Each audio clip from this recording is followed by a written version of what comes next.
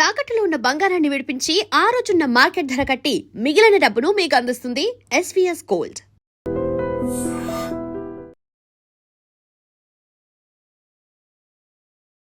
నమస్కారం, welcome to iDream. ధర్మ మార్గం విత్ విజిత కార్యక్రమానికి స్వాగతం.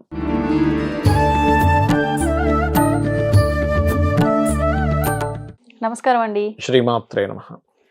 మాఘ పౌర్ణమి రోజు ఆచరించే విధానాలు ఏంటి? ముఖ్యంగా ఈ మాఘ పౌర్ణమి రోజు ఎటువంటి విధానాలు ఆచరిస్తే బాగుంటుందో తెలియజేయండి. తప్పకుండా అండి. చంద్రుడికి కళలోను ఉంటాయి, 16 కళలోను ఉంటాయి చంద్రుడికి.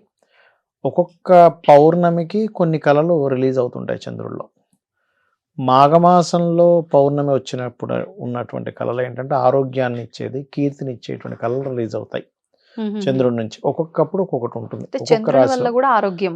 చంద్రుడు ఎక్కడున్నాడు? సింహరాశిలోకి ఎంటర్ అవుతున్న చంద్రుడు కదా. మఖా నక్షత్రం, మఘా నక్షత్రం మీద పౌర్ణమి ఏర్పడింది కాబట్టి మాఘ పౌర్ణమి, అంతే కదా. అదే మీకు ఒక్కొక్క రాశుల్లో ఒక్కొక్క నక్షత్రాన్ని బట్టి మనం పౌర్ణమి లెక్కలేస్తూ ఉంటాం. ఆర్ద్ర నక్షత్రము ఇట్లా అంటే ఒక్కొక్కటి. మార్గశిర మాసం మృగశిర నక్షత్రం మీద, ఆశ్వీజ మాసం అశ్విని ఇట్లా ఉంటుంది కదా. అలా ఏంటంటే రవి ముఖ్యంగా మనకు ఆరోగ్యానికి కారకుడు కాబట్టి ఎవరైతే అనారోగ్య బారిన పడుతుంటారో వాళ్ళ యొక్క మానసిక స్థితి బలంగా ఉండాలని ఎవరు కోరుకుంటారో వాళ్ళు మాఘ పౌర్ణమి చేయడం వల్ల ఖచ్చితమైన మంచి ఫలితాలు ఉంటాయి. ఇంకా అందులో సందేహం ఏం లేదు. ప్రతి ఒక్కరికి అవసరమైంది. ఇప్పుడు ప్రతి ఒక్కరికి అవసరమైంది. నిన్న మొన్న చూడండి, నేను చూసా ఒక అమ్మాయి గవర్నమెంట్ జాబ్ హోల్డర్, అవునవును, తల్లిదండ్రులు లేరు, సింగిల్ గా ఉండలేక డిప్రెషన్ కూడా బోర్ కొడుతుందని ఆత్మహత్య చేసుకుంది. అసలు ఏంటి అసలు? ఇప్పుడు కొంతమంది ఉంటారు ఎట్లా అంటే బాగా హెవీ హెల్త్ ఇష్యూస్ ఉన్నాయి, తట్టుకోలేకపోతున్నాను అని చెప్పి చేసుకుంటారు. కానీ బోర్ కొట్టి ఆత్మహత్య చేసుకోవడం ఏంటి చెప్పండి. అయితే నేను తర్వాత తెలిసింది ఏంటంటే ఎవరో మోసం చేశారని విన్నా. నేను మోసం చేస్తే ఆ మోసం తట్టుకోలేక అనే ఎక్కడో సంథింగ్ చదవడం ఎవరో చెప్పడం జరిగింది, నాకు గుర్తు రావట్లేదు సరిగ్గా. అట్లా కూడా అయిందని. అంటే తల్లిదండ్రులు లేరట అమ్మాయికి, సింగిల్ అట. అంటే నేను ఎందుకు చెప్తున్నానంటే ఈ మాట, ఇవాళ రేపు మనకి ఒక చిన్న ఏజ్ నుంచే టెన్షన్స్ పెరుగుతున్నాయి. అవును. ఒకప్పుడు అసలు స్కూలింగ్ కాలేజ్ ఏజ్లో అసలు మీకు స్ట్రెస్ అనేది ఉండేది కాదు. ఆడుతూ పాడుతూ అయిపోయేది. ఆ జీవుడికి ఎప్పుడైనా బాధ్యత ఉంది అంటే ఒక 25 ఏళ్ళు వచ్చినప్పటి నుంచి బాధ్యత ఉండేది. మొత్తం ఎడ్యుకేషన్ అయిపోయాక, వివాహం తర్వాతే బాధ్యతలు ఉండేవి. ఒకప్పుడైతే అది కూడా ఉండేది కదా, ఎందుకంటే ఉమ్మడి కుటుంబం ఉండేది. పెళ్లి చేసేవారు. ఇంట్లో ఆల్రెడీ నడుస్తూనే ఉంది. కొత్తగా ఈ వ్యక్తి ఇప్పుడు సంపాదించి పెట్టాలని ఉండేది కాదు. ఇప్పుడు ఉద్యోగం ఉంటేనే పెళ్లి చేసుకోవాలి. నర్సరీ నుంచే మీకు స్కూల్లో హోంవర్క్స్ ఇవ్వడం. అంటే ఏమైపోతుందంటే ఒక ఏజ్ తర్వాత రావాల్సిన బాధ్యతలు స్కూలింగ్ ఏజ్ నుంచే వచ్చేసరికి ఏమైపోతుందంటే, స్కూలింగ్ ఏజ్ నుంచే స్ట్రెస్ వచ్చేసరికి ఒక ఏజ్ వచ్చేసరికి ఏంటి నా జీవితం అంతా స్ట్రెస్ అయినా, చదువుకునేటప్పుడు స్ట్రెస్, ఉద్యోగం చేస్తుంటే స్ట్రెస్, పెళ్ళైతే స్ట్రెస్, అన్ని స్ట్రెస్ అయినా అనిపిస్తుంది. విరక్తి వస్తుంది. అయితే ఈ స్ట్రెస్ కారణం ఏమిటి అంటే రియాలిటీలోకి మనం వెళ్ళకపోవడం. ఎప్పుడైతే రియాలిటీలోకి మనం వెళ్ళమో స్ట్రెస్ పెరుగుతూ ఉంటుంది.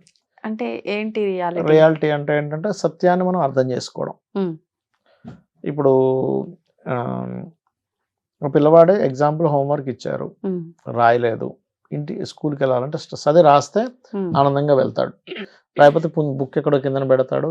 ఈ బుక్ టీచర్ చూడకపోతే బాగున్నాడు. మన చిన్నప్పుడు అందరూ ఇలాంటివన్నీ జరిగాయి, మర్చిపోయామని. నాకు ఏమనిపిస్తుంటుంది అంటే, నాకు మొన్న ఒకరోజు ఇలాగే ఆలోచిస్తుంటే, కొంతమంది పిల్లలు రోజు హోంవర్క్ రాయరు, రోజు టీచర్తో దెబ్బలు తింటారు. నాకేమనిపించింది అంటే, వాడికి తెలివితేటలు లేక కాదు దెబ్బలు తింటుంది, వాడు ఆ దెబ్బని అలవాటు పడిపోయాడు. ఏముంది ఇంతకంటే ఏముంది, టీచర్ వాడు దెబ్బేస్తుంది, కాసేపు నొప్పి వస్తుంది, ఇంతకంటే ఇంకేముంటది అంటే ఆ హోంవర్క్ రాయడం కంటే ఇది ఈజీ అనిపిస్తుంది వాడికి. అంతే. ఈ నొప్పి కన్నా అదే పెద్ద నొప్పిగా ఫీల్ అవుతున్నాడు. నిజమే అండి.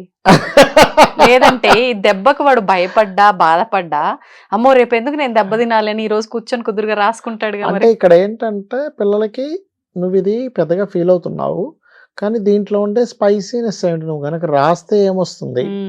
నేను మొన్న ఒకసారి ఇట్లాగే ఒక ఆవిడ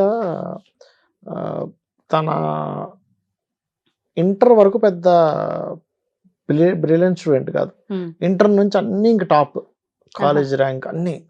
ఎందుకు అలా జరిగిందని అడిగా. అంటే ఆస్ట్రాలజీలో ఉంది, అక్కడ నుంచి బాగా చదవాలని మీకెందుకు అనిపించింది పర్సనల్గా అంటే, ఆ అమ్మాయి చెప్పిన విషయం ఏంటంటే, నాకు ఇంటర్ వరకు అసలు నన్ను చదవమని కానీ చెప్పలేదు. ఇంటర్లో నేను అనుకోకుండా ఫస్ట్ ర్యాంక్ వచ్చినప్పుడు అందరూ అప్రిషియేట్ చేశారు, ఆ కిక్ నాకు తెలిసింది. అంటే ఇక్కడ ఏంటంటే, ఈ చదవని వాడికి తలకాయ లేనట్టు కాదు, అక్కడ వాడి బ్రెయిన్ లేనట్టు కాదు, వాడికి ఆ కిక్ తెలియట్లే. ఆ కిక్ తెలిస్తే దాన్ని పట్టుకుంటాడు, అంతేలేండి. ఇక్కడ ఏంటంటే ఎప్పుడైతే కిక్ తెలిసిన వాడు చదువుతుంటాడు, ఒక్కొక్కసారి చదవకపోతే కలిగే అవమానం కూడా వాడికి తెలిసినా సరే పట్టుకుంటాడు గట్టిగా. అట్లా అనమాట. నేను కొంతమంది బిజినెస్ పీపుల్ని కూడా చూసినప్పుడు, సంథింగ్ ఇప్పుడు మంత్లీ ఒక 10 to 20 lakhs సంపాదిస్తున్నాడు అనుకోండి, ఒక్కసారిగా 2 లక్షలకు 3 లక్షలకు పడిపోయింది వాడు ఆదాయం. వాడు చాలా బాధపడిపోతుంటే, ఎందుకు 2-3 లక్షలతో కూడా హ్యాపీగా బతకొచ్చు కదా అంటే, లేదు సార్ 10 లక్షలు 20 లక్షలు సంపాదించినప్పుడు ఉండే కిక్ నేను కోల్పోతున్నాను. ఇక్కడ ఏంటంటే నాకు ఖర్చు అయిపోయినా పర్లేదు, 10 లక్షలు ఖర్చు అయిపోతున్నాయి ప్రతి నెల, కానీ నేను సంపాదిస్తున్నాను అనేటువంటి కిక్ ఏదైతే ఉందో నన్ను బాగా పాజిటివ్ ట్రిగర్ చేస్తుంది. నేను 3 లక్షలు మిగులుతున్నా సరే, నేను 10 లక్షలు సంపాదించకపోయేసరికి, అయ్యో నేను 3 లక్షలు సంపాదిస్తున్నాను ఏంటనేది నన్ను ఇబ్బంది పెడుతుంది. అంటే ఏంటంటే, మన మైండ్లో నువ్వు దేనైనా యాక్సెప్ట్ చేసేటువంటి రియాలిటీ నీ మైండ్లో లేనంతసేపు నువ్వు ప్రతిదానికి ఇట్లా అయిపోతూ ఉంటావు. నిజమండి. అయితే ఈ మాఘ పౌర్ణమి రోజు మనం ప్రతిసారి పౌర్ణమికి చలివిడి చేసుకొని చక్కగా మీరు ఆకు, ఒక్క, 2 అరటిపళ్ళు అండ్ అదేవిధంగా ఇవన్నీ ఎప్పుడైతే మనం చంద్రుడికి చూపిస్తూ లలిత సహస్రనామాలు చదువుకుంటామో, అది పిల్లలకు పెడతాము. చిన్న ఏజ్ నుంచి కూడా వాళ్ళు ఏం సాధిస్తే కిక్ వస్తుంది అనే దాని మీదకి వెళ్తాడు వాళ్ళ ఆలోచన విధానం అంతా కూడా. లేకపోతే ఏమవుతుందంటే ఇట్లాగే దెబ్బలు అలవాటు పడిపోవడం, మొండి పడిపోవడం అట్లా జరుగుతూ ఉంటుంది. వాళ్ళ దగ్గర తెలివితేటలు లేకో రాయలేకో కాదు, ఏముందిలే ఎంతకంటే ఇంకేముంటుంది, దానికి అలవాటు పడిపోతుంటాయి. అది మెయిన్ అసలు. సో ఏంటంటే లలిత ఎక్కువగా చదువుకోవాలి మాఘ పౌర్ణమికి. అపమృత్యు దోషం ఉన్న వాళ్ళు కూడా చంద్రశేఖర అష్టకం చదువుకుంటే చాలా మంచిది. మాఘ పౌర్ణమి నాడు అన్నముతో అలంకరణ చేస్తారు శివుడికి, అది కూడా చాలా మంచి ఫలితాలు ఇస్తుంది. ఆ రోజు కొంతమందికి లంగ్ రిలేటెడ్ ఇష్యూస్ ఉన్న వాళ్ళని ప్రాణాయామం చేస్తే కనుక లంగ్ రిలేటెడ్ ఇష్యూస్ కూడా క్లియర్ అవుతాయి మాఘ పౌర్ణమి రోజు చేస్తే కనుక. సత్యనారాయణ స్వామి వ్రతం కూడా పౌర్ణమి విశేషం అని చెప్తారు కదండి, ఈ పౌర్ణమికి కూడా ఆచరించవచ్చు? పౌర్ణమికి ఎప్పుడైనా సత్యనారాయణ వ్రతం చేసుకోవచ్చు. కాకపోతే ఇక్కడ ఏంటంటే ఆరోగ్యాన్ని, అపమృత్యు దోషాన్ని తీసేసేటువంటి లక్షణం మాఘ పౌర్ణమికి ఉంటుంది.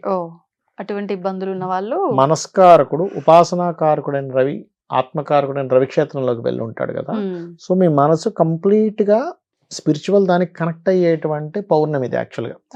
ఎందుకంటే కేతు నక్షత్రం మగా నక్షత్రం అంటే రవి ఉపాసనా కారకుడు, అండ్ రవిలోనే సకల దేవతలు ఉంటాయని చెప్తుంటారు శాస్త్రం. ఇప్పుడు మనకి భానుమండల మధ్యస్థ భైరవి భగవాన్ని అమ్మవారు ఉంది, శివుడు ఉన్నాడు. ఇంకోటి ఏంటంటే సూర్య నమస్కారం, ఇప్పుడు కామన్గా ఏ దేవతనైనా మనం ఆరాధించకపోతే తనేమో అనుగ్రహించదు, ఆరాధిస్తే ఒక అనుగ్రహం లభిస్తుంది. కానీ సూర్యుడి దగ్గరికి వచ్చేసరికి ఏంటంటే మీరు పూజించకపోతే దోషం వస్తుంది, సూర్యుడిని నమస్కారం చేయకపోతే దోషం. కృతజ్ఞలం అయిపోతున్నాం మనం అక్కడ. అంటే కృతజ్ఞత తెలపకుండా ఉన్నామంటే తప్పే కదా. అంటే మనం మొక్కినా మొక్కకపోయినా ఆయన చేయాల్సింది ఆయన చేస్తున్నాడు కాబట్టి మనం దోషం చేయకూడదు అక్కడ. అట్లా సూర్య రాశుల్లోనే ఈ మాఘ పౌర్ణమి ఏర్పడుతుంది కాబట్టి, అంటే పౌర్ణమి ఏర్పడుతుంది కాబట్టి సూర్య ఆరాధన చేయడం ఆ రోజు ఇంకా మంచి ఫలితాలు ఇస్తుంది. మాఘపటి ఆదివారాలు వస్తాయి మనకి మాఘమాసంలో, ఆదివారాలు కనుక చేస్తే ఇంకా చక్కటి వాళ్ళకి ఆరోగ్యం, కీర్తి, సంతాన ప్రాప్తి ఇవన్నీ కూడా లభిస్తాయి. మనకు ఈ సంవత్సరంలోనే గ్రహాల మార్పులు అనేవి చాలా సార్లు జరిగాయి. అంటే ఇప్పుడు ఈ రాబోతున్న అమావాస్య నుంచి మళ్ళీ పంచగ్రహ కూటమి ఏర్పడుతోందని చెప్పి అంటున్నారు. దీనివల్ల అంటే ఏ గ్రహ మార్పులు జరిగినా కూడా ఖచ్చితంగా ఆ గ్రహాల్లో ఉన్న వారికి అయితే మంచి లేకపోతే చెడు అనేది ఖచ్చితంగా జరుగుతుంది, మనం చూస్తూనే ఉన్నాం. ఈ పంచగ్రహ కూటమి అంటే ఏ గ్రహాల మార్పులు జరగబోతున్నాయి, దానివల్ల ఏ రాశుల వాళ్ళకి ఇబ్బంది ఉంది, ఎవరు జాగ్రత్తలు తీసుకోవాలి ఏంటి అనే విషయాలు వివరించండి. ఒకటేనండి, ఇక్కడ మనం చెప్పుకున్నాం ఎప్పుడు కనీవిని ఎరుగినటువంటి పంచగ్రహ కూటమి ఈసారి వచ్చేవన్నీ కూడా. ఎలా అంటే మనకి ఎప్పుడైనా పంచగ్రహ కూటమి వస్తే 2 years or 3 years ఒకసారి వస్తుంది. చతుర్గ్రహ కూటమి ఎవ్రీ ఇయర్ ఒకసారి వస్తుంది. కానీ ఈసారి మీరు 100 ఏళ్ళకు వెనక్కి వెళ్ళి ప్లానటరీ పొజిషన్స్ చెక్ చేసినా కూడా 3 సార్లు పంచగ్రహ కూటమి ఎప్పుడు దొరకదు మీకు. 3 సార్లు చతుర్గ్రహ కూటమి, 3 సార్లు పంచగ్రహ కూటమి. దీనివల్లే ఇంత వింతలు, గోల్డ్ రేట్ విపరీతంగా పెరిగిపోవడం, సిల్వర్ రేట్ పెరిగిపోవడం, ఎవడో దేశం వల్ల ఎవడో ఎత్తుకుపోవడం, అగ్ని ప్రమాదాలు, ఫ్లైట్ ప్రమాదాలు, మనం చెప్పుకున్నాం ఆల్రెడీ ఫ్లైట్ ప్రమాదాలు జరుగుతాయి, రాజకీయ నాయకులకి ఇబ్బంది అవుతుందని చెప్పుకున్నాం. అదే రకంగా ఫ్లైట్ జరిగింది చూసారు. అయితే నేను అనేది ఏంటంటే ఇక్కడ ఎప్పుడైతే ఈ కాంబినేషన్స్ ఉన్నాయో కామన్ పీపుల్కి ఇబ్బంది కలగకూడదనే మనం మొన్న అమావాస్య రోజు పంచగ్రహ కూటమి వచ్చినప్పుడు అందరికీ ఫ్రీగా చేసామండి. ఆ రోజు ఒక సంకల్పం తీసుకున్నాం, 18 శక్తి పీఠాల్లో హోమాలు చేయాలి. దీనివల్ల సకల వీళ్ళకి మంచిది, ప్లస్ దాని తర్వాత ఒక గోశాల గుడి కూడా ఐడియాలో ఉంది. దానికి మీరు ఎవరైనా జాయిన్ అవ్వాలనుకున్న వాళ్ళు జాయిన్ అవ్వచ్చు. కింద ఇచ్చే నెంబర్ కనుక ఫోన్ చేసినా లేకపోతే మెసేజ్ చేసినా మీరు ఆ హోమంలో పార్టిసిపేట్ చేసుకోవచ్చు 18 శక్తి పీఠాల్లో. అయితే ఇక్కడ ఈ పంచగ్రహ కూటమి ప్లస్ గ్రహణం కూడా పడుతుంది ఈసారి ఫిబ్రవరి 17వ తేదీ. సో ఫిబ్రవరి 17వ తేదీ గ్రహణము అమావాస్య రోజు కాబట్టి సూర్యగ్రహణం వస్తుంది. కాకపోతే మన ఇండియాలో లేదు. ఇక్కడ లక్కీ ఏంటంటే మన ఇండియాలో లేదు, వేరే కంట్రీస్ లో ఉంది, సౌత్ అమెరికా ఇట్లా కొన్ని కంట్రీస్ వచ్చే గ్రహణాలన్నీ మన దగ్గర లేవు కదండి చాలా వరకు. అవును. అయితే గ్రహణ ప్రభావం కొంత ఉంటుంది ఎంతైనా పంచగ్రహ కూటమితో వచ్చే గ్రహణ ప్రభావం. ఎందుకంటే గ్రహాలన్నీ వెళ్ళి గ్రహణ సంబంధంలో కనెక్ట్ అవుతున్నాయి కదా. ఈ 5 గ్రహాలు గ్రహణ సంబంధంలో ఉంటున్నాయి కదా. అందుకని గ్రహణం ఉన్నా లేకపోయినా గ్రహం యొక్క ప్రభావం ఉంటుంది కాబట్టి ఒక్కొక్క రాశి వారికి ఒక్కొక్క ఫలితం ఉంటుంది దీనివల్ల. ఇప్పుడు మేషం ఉందనుకోండి, లాభంలో గ్రహణం మంచిదే, ఏళ్ళనాటి శని నడుస్తున్నా ఒకవైపు వీళ్ళకి గ్రహణం మంచిదే, అన్ని రకాల లాభాలు ఇస్తుంది, అందులో ఎటువంటి సందేహం లేదు. కాకపోతే వీళ్ళు ఏదైనా ప్రాపర్టీస్ తీసుకునేటప్పుడు అప్పులు ఇచ్చే ఏదైనా ప్రాపర్టీ విషయంలో, ప్రాపర్టీ మీద లోన్ తీసుకోవడము, ప్రాపర్టీ మీద లోన్ ఇవ్వడం, ఇటువంటి విషయాల్లో జాగ్రత్తగా ఉండాలి మేషం వారు. But financial growth, business improvements, వివాహం అవ్వడానికి చేసే ప్రయత్నాలు ఇవన్నీ ఫలిస్తాయి. వృషభం వారికి కెరీర్ గ్రోత్ ఉంటుంది, దశమంలో గ్రహం, దశమంలో పంచగ్రహ కూటమి కాబట్టి. కాకపోతే వీళ్ళు కొంచెం ప్రేమ వ్యవహారాలు, మీడియేటింగ్ చేసే విషయాల్లో జాగ్రత్తగా ఉండాలి. అండ్ వాహనం మీద వెళ్ళేటప్పుడు కూడా. మిథునం వారు ఫైనాన్షియల్ మ్యాటర్స్ విషయంలో జాగ్రత్తగా ఉండాలి. ధనం ఎవరికైనా మనీ అంటే ఏదైనా ప్రాపర్టీ కొనడం కోసం ధనం ఇచ్చే విషయంలో జాగ్రత్తగా ఉండాలి. బట్ వీళ్ళకి విదేశీ యోగాలు అండ్ విదేశాలకు వెళ్ళాలనే ప్రయత్నము, సంతాన యోగము, వీటన్నిటికీ బాగుంటుంది. కాకపోతే మిథునం వారికి మాత్రం భాగ్యంలో రాహు కాబట్టి, భాగ్యంలో గ్రహణం కాబట్టి విదేశాల్లో ఉండే వాళ్ళు కొంత గ్రహణ శాంతి, గ్రహణం తర్వాత ఇచ్చే దానాలు ఇచ్చుకోవాలి. కర్కాటకం వారు పర్టికులర్గా వీళ్ళు హెల్త్ విషయంలో జాగ్రత్తగా ఉండాలండి. Health point of view. And ఎక్కడైనా మనం ఒక్కోసారి కొంతమందికి అప్పులు ఇప్పించేటప్పుడు మధ్యవర్తిగా వెళ్ళి సంతకం పెడుతుంటారు, ఇది అస్సలు చేయకూడదు. సింహం వారికి, కాకపోతే కర్కాటకం వారికి రీసెర్చెస్ బాగా పనిచేస్తాయి. ఇలాంటివి బాగా అంటే రీసెర్చెస్ లేకపోతే పిహెచ్డీస్ చేయడానికి చాలా బాగుంటుంది. సింహం వారికి గనక చూసుకుంటే సప్తమంలో అధిక గ్రహాలు కాబట్టి గ్రహణం పడుతుంది కాబట్టి సంబంధాలు బోల్డ్ అని సంబంధాలు వస్తాయి. పార్ట్నర్స్ కూడా విదేశీ సంబంధించిన పార్ట్నర్స్ వచ్చి కనెక్ట్ అవుతూ ఉంటారు. కాకపోతే ఏంటంటే సప్తమ స్థానంలో గ్రహణం పడుతున్నందుకు కొంచెం వివాహం ఎంపిక చేసుకునే విషయంలో కొంచెం చూసుకొని చేసుకోవాలి. అండ్ వీళ్ళకి ఉద్యోగ సంబంధించిన విషయాల్లోని, వ్యాపార సంబంధించిన విషయాల్లో అభివృద్ధి ఉంటుంది, ప్రాపర్టీస్ కొనుగోలు చేస్తారు, ఇవన్నీ ఉంటాయి. కాకపోతే కర్కాటకం వారికి ఏంటంటే ఇక్కడ ఇందాక నేను చెప్పినట్టుగా అప్పులు మధ్యలో ఉండకూడదు. ఇక సింహం వారు కనుక చూసుకుంటే, సింహం వారికి ఇందాక నేను చెప్పినట్టుగా ఒకటి వివాహ సంబంధించిన సంబంధాలు వస్తాయి. కాకపోతే వీళ్ళు ఫైనాన్షియల్ మ్యాటర్స్ విషయంలో జాగ్రత్తగా ఉంటే సరిపోతుంది. ఇక కన్యవారు కనుక చూసుకుంటే 6లో గ్రహణం చాలా మంచిది, పోటీ పరీక్షల్లో రాణిస్తారు, కాంపిటీషన్ వాటిలో రాణిస్తారు, ఉద్యోగ అవకాశాలు వస్తాయి. కాకపోతే వీళ్ళు ఇక్కడ వ్యాపారం సంబంధించిన విషయంలో తొందరపాటు నిర్ణయాలు తీసుకోకూడదు, వ్యాపార లాభాలు, వ్యాపార విషయాల్లో. కాకపోతే 6వ స్థానంలో గ్రహం పట్టి ఎక్కువ గ్రహాలు ఉన్నందుకు కొంచెం శత్రువులు కూడా పెరుగుతూ ఉంటారు. తులవారికి గనక చూసుకుంటే ఉద్యోగ వ్యవహారాల విషయంలో జాగ్రత్తగా ఉండాలి. కాకపోతే తులవారికి కూడా 5వ స్థానంలో గ్రహణం కాబట్టి కోణ స్థానంలో ఏర్పడుతున్నందుకు కొంచెం ఇక్కడ పర్టికులర్గా ఏంటంటే మనకి తెలియకుండానే కొన్ని, అంటే ఎలా అంటే ఇప్పుడు చూడండి, ఒక్కోసారి గ్రహణ సంబంధించినటువంటి విషయంలో వీళ్ళు సంతానం, కొంతమందికి చూడండి గ్రహణం సమయంలో గర్భవతులు జాగ్రత్తగా ఉండాలంట, తులవారు జాగ్రత్తగా ఉండాలి. అండ్ వీళ్ళకి కూడా కొంత వివాహ సంబంధించిన విషయాలు అది బాగా కుదురుతాయి. కాకపోతే జాబ్ విషయంలో విదేశాల్లో జాబ్ చేసే వాళ్ళకి కొంత మార్పులు డిస్టర్బెన్స్ ఉంటుంది. వృశ్చికం వారికి 4లో అధిక గ్రహాలు పంచగ్రహ కూటమి ఏర్పడుతూ గ్రహణం ఉంది కాబట్టి ప్రాపర్టీస్ కొంటారు, కానీ దాంట్లోనే కొంత స్ట్రెస్ కూడా ఉంటుంది. వివాహ ప్రయత్నాలు సక్సెస్ అవుతాయి. కాకపోతే లాంగ్ జర్నీ చేసేటప్పుడు పెద్ద మొత్తంలో ఎవరికైనా ఏదైనా ట్రాన్స్ఫర్ చేసేటప్పుడు బ్యాంకింగ్ ట్రాన్స్ఫర్స్ విషయంలో జాగ్రత్తగా ఉండాలి. ధనస్సు వారికి ఇల్లు మారుతారు, ఇల్లు స్థలము ప్లేసెస్ మారే యోగం ఇస్తుంది. అండ్ సంతానం సంబంధించిన విషయంలో కొంచెం జాగ్రత్తగా ఉండాలి. అండ్ అగైన్ మరొకటి ఇక్కడ ఏంటంటే వీళ్ళకి ఇక్కడ ఉద్యోగంలో ఆల్ ఆఫ్ సడన్ చేంజెస్ ఉంటాయి, బట్ కాంపిటీషన్ సక్సెస్ ఇదంతా కూడా బాగుంటుంది. వివాహ నిర్ణయాలు వివాహం విషయంలో తొందరగా వీళ్ళకి సక్సెస్ అవడం అనేది వస్తుంది. మకరం వారికి ధనస్థానంలో పంచగ్రహ కూటమి కాబట్టి ఫైనాన్షియల్ గ్రోత్ ఉంటుంది. కాకపోతే ఇక్కడ వీళ్ళు కూడా వివాహ నిర్ణయాలు రెండో వివాహం కోసం చేసే ప్రయత్నాల విషయంలో కొంత జాగ్రత్త పడాలి. తొందరపడి ఇన్వెస్ట్మెంట్స్ చేయకూడదు ఇక్కడ. అండ్ కుంభం వారికి రాశిలోనే గ్రహణం పడుతుంది కాబట్టి వీళ్ళు కొంచెం అంటే ఇండియాలో లేదు బయట దేశం వాళ్ళ గురించి చెప్తున్నాను కాబట్టి ఏంటంటే కొంచెం ఓవర్ స్ట్రెస్ ఉంటుంది. సహజంగానే రాశిలో రాహు ఉన్నందుకే కొంచెం తెలియని కొన్ని ఎట్లా అంటే కొన్ని ఊహించుకొని కొంత స్ట్రెస్ అవుతూ ఉంటారు. ఇలా జరుగుతుంది అలా జరుగుతుంది అనుకునే భయాలతో ఇంకొంచెం పెరుగుతూ ఉంటాయి. దీనికి కొంచెం మీరు దుర్గాదేవి ఆరాధన, దుర్గాదేవికి సంబంధించిన మెడిటేషన్ అది చేసుకుంటే మంచిది. వీళ్ళు కూడా ఏంటంటే అప్పుల విషయంలో జాగ్రత్తగా ఉండాలి, అప్పులు అండ్ స్ట్రెస్ ప్రాపర్టీ విషయంలో. ఇక మీనం వారికి కనుక చూసుకుంటే విదేశీ సంబంధాలు విదేశాలకు వెళ్ళడానికి చేసే ప్రయత్నాలు సఫలీకృతం అవుతాయి. ఫ్రెండ్స్ లవ్ అదే ప్రేమించి వివాహం చేసుకుందాం అనుకునే ప్రయత్నాల విషయంలో జాగ్రత్తగా ఉండాలి మీనం వారు. ఇవి ప్రధానంగా గుర్తించాలి. ప్లస్ ఫైనాన్షియల్ మ్యాటర్స్ విషయంలో కూడా జాగ్రత్తగా ఉండాలి. ఇక గ్రహణం అయిపోయిన తర్వాత దానం ఇచ్చేటువంటి విషయంలో రవిచంద్ర ప్రతిమలు, 2 నాగపడగలు, బియ్యము, గోధుమలు, మినుములు, ఉలవలు, నువ్వులు, ఈ 5 దానాలు ఒక చిన్న ప్లేట్లో మనకి ఇత్తడి గిన్నె చిన్నది తీసుకుని దాంట్లో ఆవు నెయ్యిని కూడా పెట్టి దానం ఇస్తే మంచిది. ఈ గ్రహణ ప్రభావం గ్రహణం రోజు నుంచి అంటే 17th నుంచి ఆల్మోస్ట్ 40 days ఉంటుందండి గ్రహణ ప్రభావం ఎప్పుడు కూడా. సో ఈ 40 days ఈ విషయాల్లో ఈ రాసుల వాళ్ళు జాగ్రత్త తీసుకోవాలి ఖచ్చితంగా. అయితే ఈ గ్రహణ సమయంలోనే మనం కామాఖ్యలో హోమం చేస్తున్నాం. 3 రోజులు ఉంటుంది.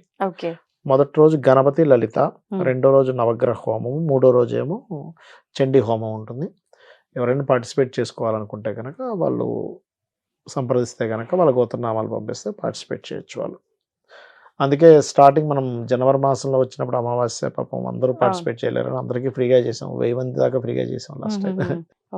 అంటే ఈసారి కూడా అట్లా ఎవరైనా అంటే గ్రహణ ప్రభావం వల్ల నెగటివ్ ఎఫెక్ట్ తగ్గడానికి ఇదంతా కూడా ఏళ్ళనాటి శని నడుస్తుంది వాళ్ళకి పనిచేస్తుంది, రాహు మహర్దశ లేకపోతే కొంత బ్యాడ్ టైం నడుస్తుంది. ఏంటంటే క్షేత్రంలో శక్తిపీఠాల్లో చేసేది ఒకసారి చేస్తే 1000 సార్లు ఫలితం వస్తుంది. అందులో మరలా మీకు గ్రహణ సమయంలో చేస్తే ఇంకో 1000 రెట్ల ఫలితం వస్తుంది. ధన్యవాదాలు. శ్రీమాత్రే నమః. తవ్వండి, తవ్వుతూనే శివలింగం సరే దాన్ని అట్లా కప్పేసేయండి, చూపించదండి. Krishna is there. మూర్తి పూజ కాదు, సాక్షాత్ బ్రజేంద్ర నందన భగవాన్ ఉన్నారు మూర్తిలో. ఏమీ ఆశించకుండా ఆరాధించే వాళ్ళు కూడా ఉన్నారా ప్రభుజీ? నిజమైన భక్తి అంటే మనకు తెలియదు కాబట్టి